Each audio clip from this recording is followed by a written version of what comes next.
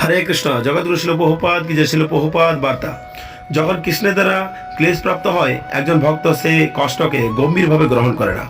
একজন ভক্ত বিবেচনা করে এটি কৃষ্ণের অনুগ্রহ যে তিনি আমাকে কষ্টে রেখেছেন। তারা কখনো কষ্টকে কষ্ট বলে দেখে না, এটি কৃষ্ণের অনুগ্রহ। সেটি ভক্তের মনোভাব, ঠিক একটা পুত্রের মতো যে তার বাবাকে জানে। যদি বাবা চড় মারে, ছেলেটি কখনো তার প্রতিবাদ করে না, সে জানে যে এটি আমার ভালোর জন্যই।